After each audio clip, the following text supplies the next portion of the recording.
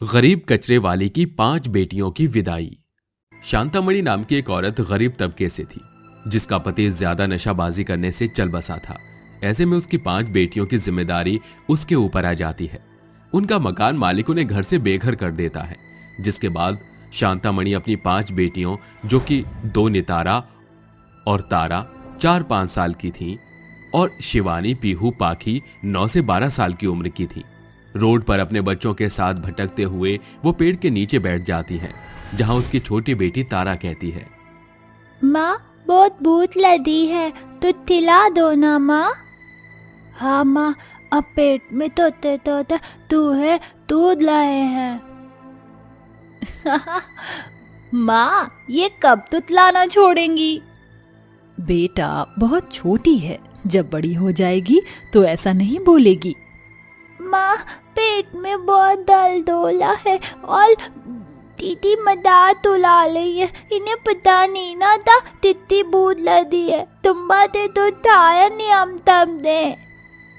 माँ भूख लगी है, कुछ खिला दीजिए ना, सुबह से बहुत चल रहे हैं, अब पैरों में भी दर्द हो रहा है, पापा के जाने के बाद कितना कुछ हमारे साथ हो रहा है। कोई बात नहीं बेटा, फिलहाल तुम सबकी सुरक्षा के लिए पहले मुझे कोई जगह देखनी होगी। थोड़ा सा बच्चों और आगे चलो, मैं वहीं से खाना खिला देती हूँ। माँ मेरे पैरों में दर्द हो रहा है। आजा, मैं तुझे अपनी गोद में ले लेती हूँ। तभी शांतामणि अपनी छोटी बेटी को गोद में लिए बाकी बच्चों के साथ आगे आगे चलती है, जहां हैंडपंप से वो पानी पिला देती है और मंदिर के बाहर बंट रहे खाने से अपने बच्चों को खाना खिला देती है। जिसके बाद उसके भूखे बच्चे और खाना मांगते हैं तो पुजारी कहता है, अरे तुझे और तेरी बहन को मैंने 3 बार खाना दे दिया, अब क्या भंडारे के नाम पर सारा भंडारा तुझे ही खिला दूं? चल निकल यहाँ से, पता नहीं भिखारी कहाँ कहाँ से आ जाते हैं, तुम्हारी जगह रोड और कचरे में है, भागो यहाँ से। पंडित जी ऐसा मत कीजिए प्लीज, बहुत भूख लगी है। पंडित जी, मैं आपके आगे हाथ जोड़कर कहती हूँ, मेरे बच्चों को खाना खिला दीजिए, बहुत देर से भूखे हैं, इसके बाद भी खाना कितने दिन तक नहीं मिलेगा ये भी नहीं पता। लगता है तुम भिखारी ऐसे नहीं मानोगी, तुम्हें धक्का मारकर यहाँ से निकालना पड़ेगा। तभी पुजारी उन्हें धक्के मारकर 5 बच्चों समेत बाहर निकाल देता है, जिसके बाद वो फिर से भटकने लगते हैं। तेज बारिश आती है तो वो अपने बच्चों को एक पेड़ के नीचे लाकर खड़ा कर देती है, जहां भी वो भीग जाते हैं और शिवानी, पीहू चीख मारते हैं। माँ ठंड लग रही है। माँ मुझे तो बहुत कपकपी हो रही है, मेरे पास तो 1-2 जोड़ी से ज्यादा कपड़े भी नहीं हैं। माँ हमें कोई छत तो दो ना माँ, दोनों छोटी बीमार पड़ जाएंगी। तुम चिंता मत करो बच्चों, इस बारिश के कम होते ही मैं कोई जगह ढूंढ लूंगी जहां तुम रह सको। अरे तारा को बुखार आ गया, हे भगवान, हम गरीबों पर ये कैसा दुख का बवंडर छाया है। मेरे बच्चे ऐसे समय में ठंड से काट रहे हैं और कोई घर भी नहीं है, बच्ची को भी बुखार आ गया, कोई सहारा दीजिए भोलेनाथ। तभी सामने जाते रिक्शे से एक बड़ी सी पन्नी गिर जाती है, जिसे उठाकर शांता अपने बच्चों को ढककर जैसे तैसे एक पार्क में ले जाती है, जहां उसे बड़े बड़े पाइप मिलते हैं और उस पाइप में माँ बेटियां बैठ जाती हैं। बच्चों आज से यही हमारा घर है, हम यहीं रहेंगे, बारिश कम हो जाएगी तो आग जला दूंगी।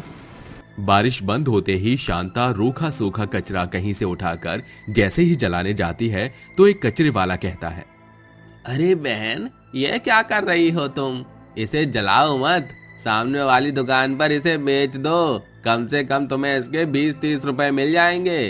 कहाँ भैया, क्या सच में भैया इसके पैसे मिलेंगे? अरे हाँ, कचरा ढूंढकर वहाँ जमा कर दिया करो, अरे उसके पैसे मिलते हैं। भैया आपका बहुत बहुत शुक्रिया बताने के लिए। तभी शांता वो कचरा लेकर कचरे वाले को बेच देती है, जिससे उसे 30 रुपए मिलते हैं और उन पैसों से वो सस्ते ढाबे से खाना लाकर थोड़ा थोड़ा बच्चों को खिला देती है और कहती है, क्यों ना मैं कचरा ढूंढना शुरू कर दूं, जिससे बच्चों का पेट पाल सकती हूँ और तारा के लिए अभी दवाई भी ले आऊंगी। बच्चों मैं अभी आती हूँ। आप कहाँ जा रहे हो, अभी तो आई हो। कचरा ढूंढूंगी बेटा, जिससे तुम्हारा पेट पाल सकूं। आप अकेले क्यों जा रही हो, हम भी आपकी मदद करवाते हैं। ठीक है, तुम और पीहू मेरे साथ चलो। पाखी बेटा तुम इन दोनों का ख्याल रखना, बड़ी हो ना, मैं जल्दी आ जाऊंगी, कहीं जाना मत। तभी शांता अपने बच्चों को समझा देती है और दोनों अपनी माँ के साथ कूड़ा कचरा बीनती हैं, जिनके बदले में कचरे वाला उन्हें कुछ पैसे देता है और इस तरह वो कचरा ढूंढ ढूंढ कर अपना गुजर बसर करने लगती हैं। एक दिन शांता को कूड़ा बीनते हुए सोने की अंगूठी मिलती है, जिसका मालिक न मिलने पर वो एक किराए का कमरा लेकर अपने बच्चों के साथ वहां रहती है, चूल्हे पर खाना बनाती है और कचरा ढूंढ ढूंढ कर घर का खर्चा चलाती है। इस तरह 15 बरस बीत जाते हैं। पांचों बेटियां बड़ी हो जाती हैं। वो भी अपनी माँ के साथ कूड़ा कचरा बीनती हैं, साथ ही पढ़ाई भी किया करती थी और थोड़ा बहुत उसने दहेज भी इकट्ठा कर लिया था। पढ़ाई अच्छी करने से पांचों बेटियों की नौकरी भी छोटी मोटी जगह लग जाती है, जिससे शांतामणि का बोझ कम हो जाता है। तभी एक दिन अपनी बेटियों से वो कहती है, बेटा तुम कितना काम करोगी, तुम पांचों बड़ी हो चुकी हो, मैं रहूं या ना रहूं कुछ कह नहीं सकते, शरीर में जान नहीं है, इसलिए तुम पांचों के लिए मैंने एक बहुत अच्छा रिश्ता देखा है। पांचों भाई बहुत अच्छे हैं, शादी करके तुम वहां बहुत खुश रहोगी, तुम्हें मंजूर तो है ना? माँ, आपने हमारे लिए जैसा भी रिश्ता देखा है हमें मंजूर है, क्योंकि आप हमारे लिए कभी कुछ गलत नहीं कर सकती। कुछ दिन बाद उनके छोटे से घर में उन पांचों बेटों की माँ कावेरी आकर कहती है, देखिए बहन जी, मुझे आपकी बेटियां बहुत पसंद हैं, गोरी हैं, बाहर का कामकाज भी करना जानती हैं, इसलिए अपने हीरे जैसे बेटे से मैं उनकी शादी कराने के लिए तैयार हूँ, पर आप थोड़ा बहुत दहेज का सामान भी रखिएगा। आप चिंता मत कीजिए, पांचों बेटियों के हिसाब से मेरे पास जो है मैं सब कुछ करूंगी, आप शादी की तैयारी कीजिए। ये सुनकर कावेरी चली जाती है।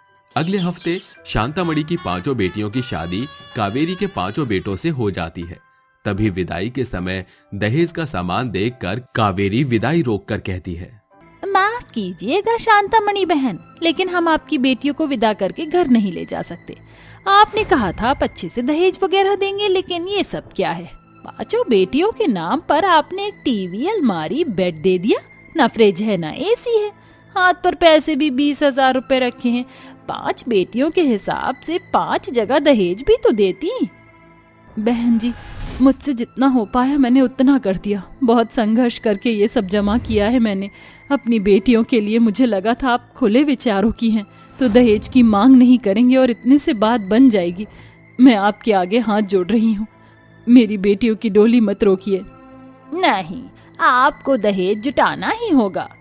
तभी लोगों के सामने शांतामणि भीख मांगने के लिए मजबूर हो जाती है, किसी सब्जी वाले से तो किसी दूध वाले से, मगर कोई भी उसे पैसे नहीं देता है। ये देखकर पांचों बेटियों की आंखों में आंसू आ जाते हैं और वो कहती हैं, माँ जी, हमारी माँ ने बड़ी मुश्किल से हमें पाल पोस कर बड़ा किया है और अपने पैरों पर खड़ा किया है, और आप किस जमाने में जी रही हैं? दहेज लेना और देना दोनों ही गलत हैं। वो सब मैं नहीं जानती। माँ जी, आप ये तो जान ही लीजिए कि हमारी माँ ने कैसे हमारा पालन पोषण किया है। पाइप में रहते थे, कचरा बीनकर हमें खाना खिलाया है, पढ़ाया है, काबिल बनाया है। कभी कभी तो खाने के लिए भी कुछ नहीं होता था, ये भी जैसे तैसे दहेज जमा किया है। माँ जी, क्या आपके बेटे इतने नकारा हैं कि उन्हें दहेज की जरूरत है? नहीं ना, आप बताइए मोहन जी। हाँ माँ, आपके बेटे बहुत कमाऊ हैं, उन्हें दहेज नहीं चाहिए। माँ ने बहुत संघर्ष करके अकेले उन पांचों को पाला है। कचरा बीन कर सालों तक गुजारा करना बहुत हिम्मत का काम होता है। और माँ, एक माँ अपनी पांचों बेटियां दे रही है जो कि बेहद अनमोल होती हैं, सबसे बड़ी दुनिया की दौलत होती हैं, तो और क्या चाहिए हमें? प्लीज माँ, अपनी बहुओं को घर ले चलिए। तुम्हारे मुंह से ये सब बात सुनकर मुझे एहसास हुआ कि मैंने अपने बच्चों को अच्छी परवरिश दी है। शांतामणि बहन और बहुओं, बेटे मुझे माफ कर दो, पता नहीं मैंने ये सब क्यों बोला। मुझे कोई दहेज नहीं चाहिए, सबसे कीमती अनमोल तो तुम ही हो जो मेरे घर को स्वर्ग बना कर रखोगी। चलो बेटा, बहुओं को अपने घर ले चलो। शुक्रिया बहन जी। माँ, हम सबको इतने प्यार और अच्छी परवरिश से पालने के लिए आपका बहुत बहुत शुक्रिया। तभी पांचों बेटियां अपनी माँ के गले लगकर रोती हैं और अपने जीवन साथी के साथ विदा होकर अपने नए जीवन की शुरुआत करती हैं, जिसके बाद वो खुशी खुशी रहने लगती हैं। ये कहानी है रामदिन के घर की, जो अपनी पत्नी गोदावरी और बेटी राखी के साथ एक भाड़े के घर में गरीबी के दिन काट रहा था। वो भोर की पहली पौड़ी के साथ जाकर जलाने के लिए लकड़ियां काटने जंगल जाता है। अजी, लाल चाय बनाई है, 2 घूंट पीते जाओ। अरे भाग्यवान, तुम्हारी बोली में झिझक क्यों सवार है? क्या करूं जी, भगवान ने जैसे हमारे घर की किस्मत कूच की कलम से लिखी है। कितने बसंत बहार बीत गए, अब तो लगता है जैसे इस गरीबी के गड्ढे से हम कभी नहीं उबर सकेंगे। फिर ये किराए की छत भी कब छिन जाएगी, कोई पता नहीं। ऐसा कहते हुए गरीब गोदावरी की आंखें डबडबा जाती हैं, साथ ही रामदिन भी रो पड़ता है। तभी राखी अपने माता पिता के टूटे हुए मन का हौसला अफजाई करती है। माँ, बाबूजी, जीवन तो सुख दुख का संगम है और ये गरीबी अमीरी एक सिक्के के दो पहलू के जैसे हैं। भले हम गरीब हैं, मगर हम साथ तो हैं। देख रही हो भाग्यवान, हमारी राखी सयानी हो चली है। अच्छा, मैं जंगल जा रहा हूँ। गरीब रामदिन अपनी कुल्हाड़ी और गतान लेकर जंगल जाता है, जहाँ जंगल के सरकारी मुलाजिम हर लकड़हारे को जंगल से खदेड़ रहे थे, जिसे देखकर रामदिन दुखी मन से घर लौट आता है।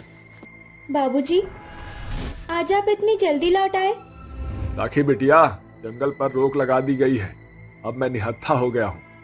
अजी संभालिए खुद को, ईश्वर का अस्तित्व जग से अभी मिटा नहीं है, वो कोई ना कोई राह खोलेंगे। घटते सूरज की लाली के साथ अंधेरा घिर आता है। तभी मणिलाल उनके दरवाजे पर आ धमकता है।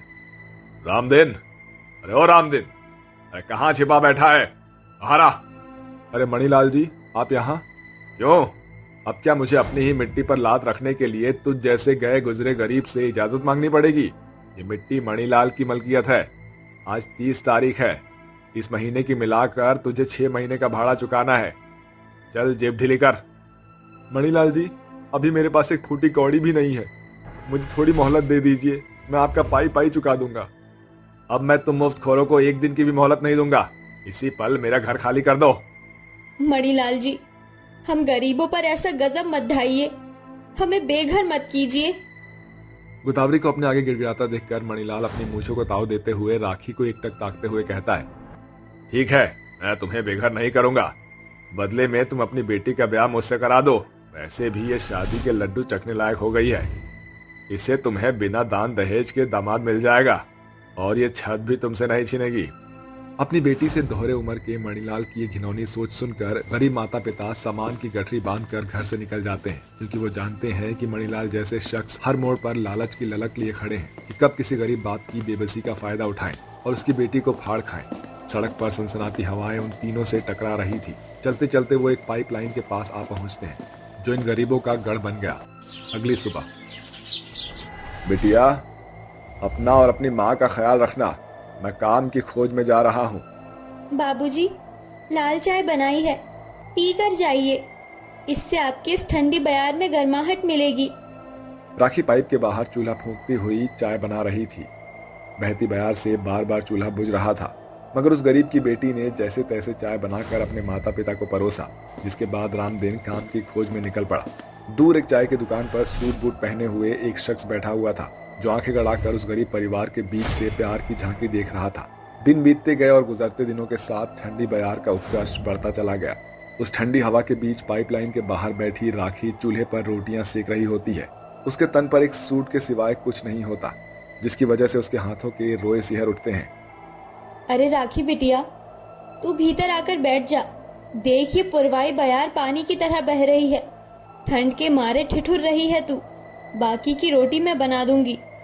नहीं माँ, आप भीतर ही रहिए, आपको पता है मैं नहीं चाहती कि इस पूस की पुरवाई बयार से आपकी तबीयत बिगड़े।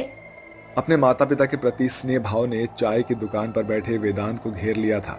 हर दिन के साथ वो राखी की ओर और खींचा चला जा रहा था। वो हर सुबह चाय पीने के बहाने पाइपलाइन में बसे उस गरीब परिवार के बीच का सार्थक स्नेह देखने आया करता था। तभी एक दिन वेदांत चाय वाले से उनके बारे में पूछताछ करता है। राधे, ये परिवार इस पाइपलाइन में क्यों रहता है? अरे बाबूजी, कुछ दिन पहले ही इस पाइपलाइन में आए हैं। रामदिन चाचा हैं और राखी है उनकी बिटिया, भले गुणों से भरी है। रामदिन काका तो दिन रात बिटिया की शादी के सोच में डूबे रहते हैं। इस गरीबी में रूखा सूखा खाकर रात काट रहे हैं। फिर गरीब की बेटी का हाथ थामना कौन चाहता है? फिर वेदांत अपनी कार में सवार होकर सीधे अपने घर आता है। उसका घर बहुत ही आलीशान और बड़ा था, जहां वो अपनी बीमार माँ के सर पर हाथ फेरता हुआ मुट्ठी बांधे बोलता है, माँ, मुझे बहू मिल गई है, बहुत जल्द वो तुम्हारे पास होगी। अगले दिन वेदांत उस पाइपलाइन के पास आता है। उस गरीब परिवार की टुकड़ी उसे देखकर स्तब्ध हो जाते हैं और खौफ से भरी गोदावरी फुसफुसाती है। अजी लगता है ये बाबूजी इस पाइपलाइन के अधिकारी हैं। देखिए बाबूजी, ये पाइपलाइन मुझ गरीब परिवार का आखिरी आसरा है। हमें यहाँ से मत खदेड़ना। काका, मैं आपकी बेटी का हाथ मांगने आया हूँ। वेदांत की बात सुनकर रामदिन, राखी और गोदावरी सोच में घिर जाते हैं। तभी गोदावरी कहती है, मगर बेटा, तुम बड़े बाबूजी होकर हम गरीब की बेटी से शादी क्यों करना चाहते हो? क्योंकि ये गरीब की बेटी गुणों की धरोहर पर भरी होती है। राखी दिन रात खुद सर्दी की ठिठुरन सहकर आप दोनों को बर्फबारी से बचाती रही, इसलिए इससे बेहतर बहू मेरी माँ के लिए कोई नहीं हो सकती है। अपनी राखी मुझे दे दीजिए।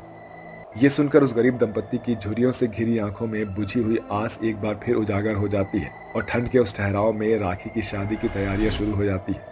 गोदावरी पाइपलाइन में ही अपनी बेटी की हल्दी की रस्म करती है। राखी बेटी, अपने माँ बाबूजी को माफ कर देना। हम तेरी विदाई एक भले घर से कर सकने के समर्थ नहीं है। ऐसा ना कहो माँ। बुरे वक्त में ये पाइपलाइन ही हम गरीबों का बसेरा बना था। आज इसी पाइपलाइन में मेरे हाथ पीले हो रहे हैं। आप और बाबूजी इस गरीब बेटी की सरजमीन है। मेरी डोली यहीं से उठेगी। हर दिन के साथ शादी की रस्म बढ़ रही थी, जिसके साथ बढ़ रहा था सर्दियों का सिलसिला। अगली सुबह गोदावरी कहती है, अजी आज राखी की मेहंदी की रस्म है। कहीं से मेहंदी का बंदोबस्त करो। चिंता मत करो भाग्यवान, मैं कुछ करता हूँ। ऐसा कहते हुए रामदिन ठंड में ठिठुरता हुआ मेहंदी की खोज में निकल पड़ता है। उसके शरीर पर ना तो शॉल स्वेटर था, ना पाँव में चप्पल, मगर फिर भी उसकी आंखों में एक बड़ी सी चमक थी। आखिरकार उस गरीब की बेटी का घर बसने जा रहा था। कुछ दूर आने के बाद उसकी नजर मेहंदी की बहुतेरी झाड़ियों को देखकर झिलमिला उठती है। भगवान का शुक्र है, मेहंदी मिल गई, जल्दी से तोड़ लेता हूँ। रामदिन जल्दी जल्दी मेहंदी और कुछ आम के पत्ते और जंगल की जमीन पर बिखरे रात रानी के फूल तोड़कर घर लौट आया, जहाँ गोदावरी ने मेहंदी पीसकर मेहंदी की रस्म रीत को पूरी की। वहीं रामदिन ने भी फूल पत्तियों के गठजोड़ से पूरे पाइपलाइन को सजा दिया। बाबूजी, खाना खा लीजिए। हाँ बेटिया, आज आखिरी बार अपने हाथों से मुझे खाना खिला दे, क्योंकि कल सवेरे तो हमारी सोन चिड़ैया ससुराल चली जाएगी। अगली सुबह पूरे पाइपलाइन के चारों ओर बर्फ बिखरी हुई होती है, जहाँ वेदांत और राखी की शादी हो जाती है। और वेदांत कहता है, माँ बाबूजी, आज से राखी मेरी धर्म पत्नी बन चुकी है। इस नाते मैं आपका बेटा हुआ और अब आप मेरे साथ रहेंगे। अरे नहीं बेटा, बेटी के बाबुल का तो उसके ससुराल में रहना कभी नहीं शोभता है। तो अब मैं आपके घर का खर्च और रखरखाव का भार उठाऊंगा। इससे आपके दिल को ठेस नहीं पहुंचेगी और आपको ये ठंड में ठिठुरना भी नहीं पड़ेगा। वेदांत का सरल स्वभाव देखकर रामदिन का दिल खुशी से भर उठता है। आखिर उसकी गरीब बेटी का घर भी बस गया था, साथ ही उन्हें अपना बसेरा मिल गया था, जहां उन्हें रात और भोर के ठंड का कहर फिर कभी नहीं काटना पड़ा।